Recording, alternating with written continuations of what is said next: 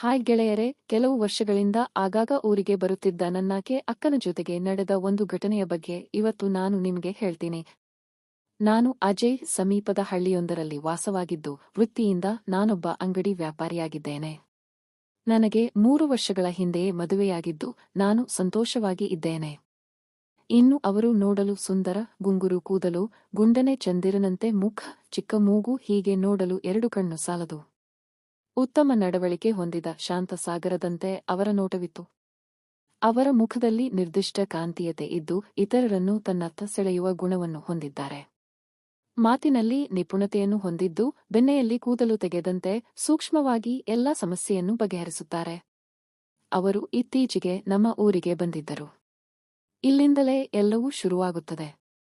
ಆ ದಿನ ನಾನು ಎಂದಿನಂತೆ ನನ್ನ ಮೆಡಿಕಲ್ ಅಂಗಡಿಯಲ್ಲಿ ಕೆಲಸ ಮಾಡುತ್ತಾ ಕೂತಿದ್ದೆ. ಅಂಗಡಿಯಲ್ಲಿ ಯಾವುದೇ ಆಳುಗಳು ಇಲ್ಲದ ಕಾರಣ ಇವರೇ ಒಮ್ಮೊಮ್ಮೆ ಬಂದು ಸಹಾಯ ಮಾಡುತ್ತಿದ್ದರು. ನನಗೆ ಅವರ ಬಗ್ಗೆ ಯಾವುದೇ ಭಾವನೆಯೂ ಇದ್ದಿರಲಿಲ್ಲ.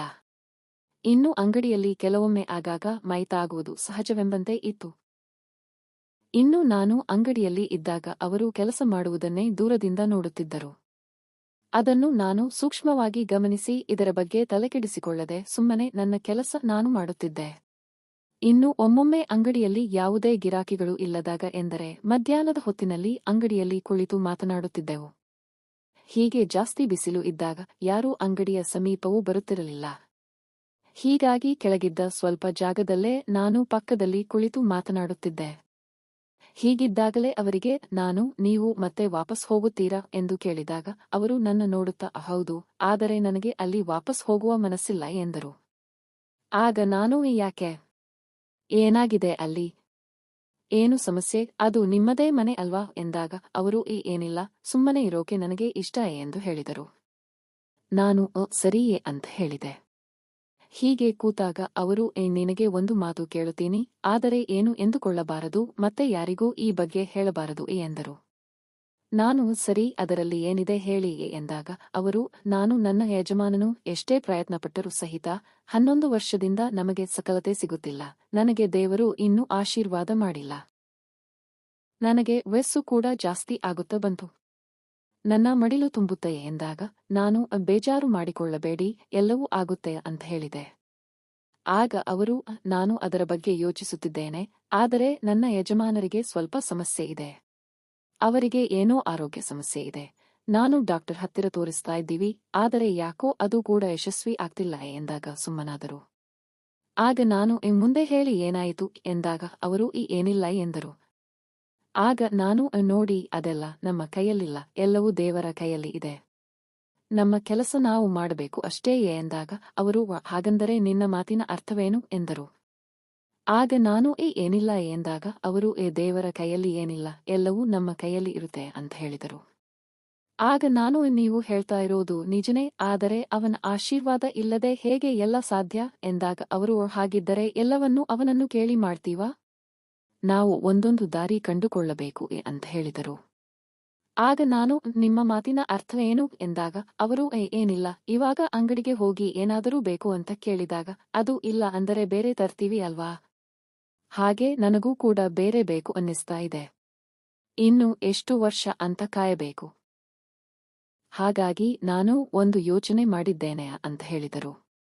ಆಗ ನಾನು ಹಾಗಂದರೆ ಎಂದು ಕೇಳಿದಾಗ ಅವರು ಇವಾಗ ನಿನ್ನ ಅಂಗಡಿಯಲ್ಲಿ ನೀನಿಲ್ಲ ಅಂದರೆ ಬೇರೆಯವರು ಕೆಲಸ ಮಾಡ್ತಾರೆ ಅಲ್ವಾ ಎಂದಾಗ ನಾನು ಹೌದು, ಆದರೆ ನೀವು ಹೇಳ್ತಾ ಇರುವುದಕ್ಕೂ ಅಂಗಡಿಗೂ ಏನು ಸಂಬಂಧ ಅಂತ ಕೇಳಿದಾಗ ಅವರು ಏನಿಲ್ಲ, ಅಂಗಡಿ ಮಾಲೀಕ ಒಬ್ಬರೇ ಇದ್ದರೂ ಕೂಡ ಬೇರೆ ಬೇರೆಯವರು ಕೆಲಸ ಮಾಡಬಹುದು ಅಲ್ವಾ ಎಂದು ಮತ್ತೆ ಕೇಳಿದರು.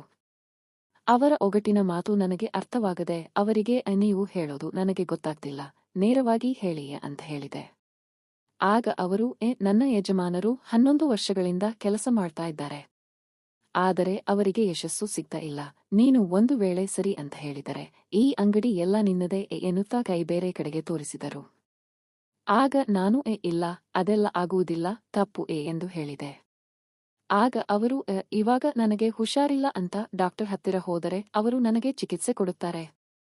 ಅವರಿಂದ ಕಡಿಮೆ ಅನಿಸಲ್ಲ ಎಂದರೆ ಬೇರೆ ಕಡೆಗೆ ಹೋಗ್ತೀನಿ ಅಲ್ವಾ? ಇದು ಕೂಡ ಹಾಗೆ. ಇದಕ್ಕೆ ಚಿಕಿತ್ಸೆ ನೀನೇ ಕೊಡಬೇಕು ಅಂತ ಹೇಳಿದರು. ಆಗ ನಾನು ಸ್ವಲ್ಪ ಹೊತ್ತು ಸುಮ್ಮನಿದ್ದೆ. ಆದರೂ ಕೊನೆಗೆ ಆಗುವುದಿಲ್ಲ ಎಂದು ಮತ್ತೆ ಹೇಳಿದಾಗ ಅವರು ಸರಿ ಹಾಗಿದ್ರೆ ಇದಕ್ಕೆ ನನ್ನ ಒತ್ತಾಯ ಏನಿಲ್ಲ. ಆದರೆ ನಾನು ಯಾವತ್ತೂ ಹೀಗೆ ಯಾರ ಜೊತೆಗೆ ಮಾತಾಡಿಲ್ಲ. ನೀವು ನನ್ನ ಕುಟುಂಬದವ ಅಂತಾನೆ ನಿನಗೆ ಈ ಚಿಕಿತ್ಸೆ ಬಗ್ಗೆ ಕೇಳಿದೆ ಅಷ್ಟೇ ಅಂತ ಹೇಳಿದರು. ಆಗ ನಾನು ಗೊಂದಲದಿಂದ ಸರಿ, ಆದರೆ ಈ ಬಗ್ಗೆ ಯಾರಿಗೂ ಗೊತ್ತಾಗಬಾರದು. ಗೊತ್ತಾದರೆ ನನಗೂ ಮನೆಯಲ್ಲಿ ಸಮಸ್ಯೆ ಆಗುತ್ತೆ ಎಂದಾಗ ಅವರು ನಾನು ಯಾರಿಗೂ ಹೇಳುವುದಿಲ್ಲ ಎಂದು ಭಾಷೆ ಕೊಟ್ಟರು. ಆಗ ನಾನು ಇವಾಗ ಮಾತ್ರ ಇದು ಸಾಧ್ಯವಿಲ್ಲ, ಏಕೆಂದರೆ ಮನೆಯಲ್ಲಿ ಎಲ್ಲರೂ ಇರುತ್ತಾರೆ, ಇವಾಗ ಅಂಗಡಿಯಲ್ಲಿ ಕೂಡ ಅದು ಸಾಧ್ಯವಿಲ್ಲ ಎಂದು ಹೇಳಿದಾಗ ಅವರು ಸರಿ, ಸಮಯ ಸಿಕ್ಕಾಗ ಆ ಚಿಕಿತ್ಸೆ ಕೊಡುವ ಅಂತ ಹೇಳಿದರು. ಆಗ ನಾನು ಇವಾಗ ಮೊದಲು ಊಟಕ್ಕೆ ಮನೆಗೆ ಹೋಗೋಣ ನಡೆಯಿರಿ ಎಂದಾಗ ಅವರು ಸರಿ, ಸಮಯ ಬಂದಾಗ ಇದಕ್ಕೆ ಬೇರೆ ದಾರಿ ಮಾಡೋಣ ಎಂದು ಅಲ್ಲಿಂದ ಮನೆಗೆ ಊಟಕ್ಕೆ ಹೋದೆವು. ಹೀಗೆ ಕೆಲವು ದಿನಗಳು ಕಳೆದವು. ಕೊನೆಗೆ ಒಂದು ದಿನ ಮನೆಯಲ್ಲಿ ಎಲ್ಲರೂ ಊರಿಗೆ ಹೋಗಬೇಕಾದ ಪರಿಸ್ಥಿತಿ ಬಂದಿತ್ತು.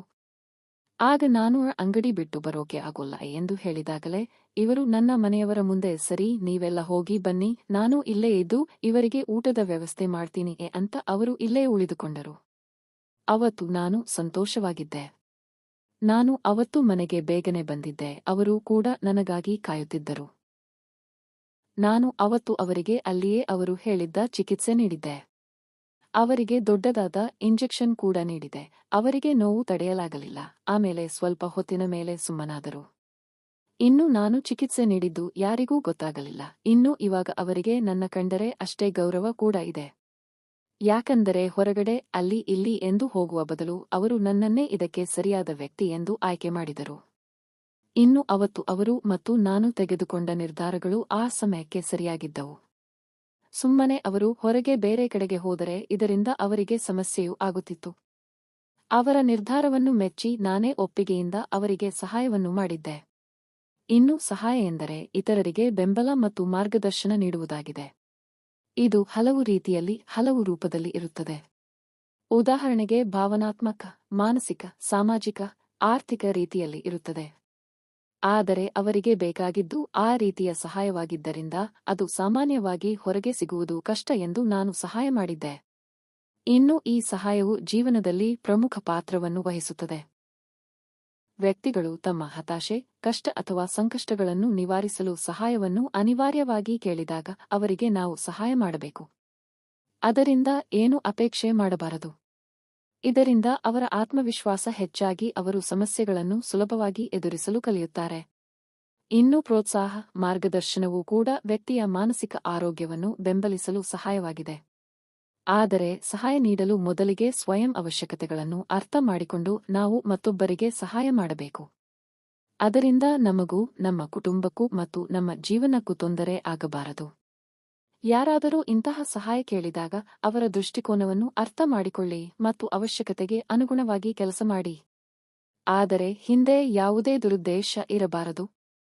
ಇನ್ನು ನೀವು ಹೇಗೆ ಇತರರಿಗೆ ಸಹಾಯ ಮಾಡುವಿರಿ ಎಂಬುದರಿಂದ ನಿಮ್ಮ ಸಂಬಂಧಗಳು ಮತ್ತಷ್ಟು ಗಟ್ಟಿಯಾಗುತ್ತವೆ ಎಂಬುದು ನನ್ನ ಅಭಿಪ್ರಾಯವಾಗಿದೆ.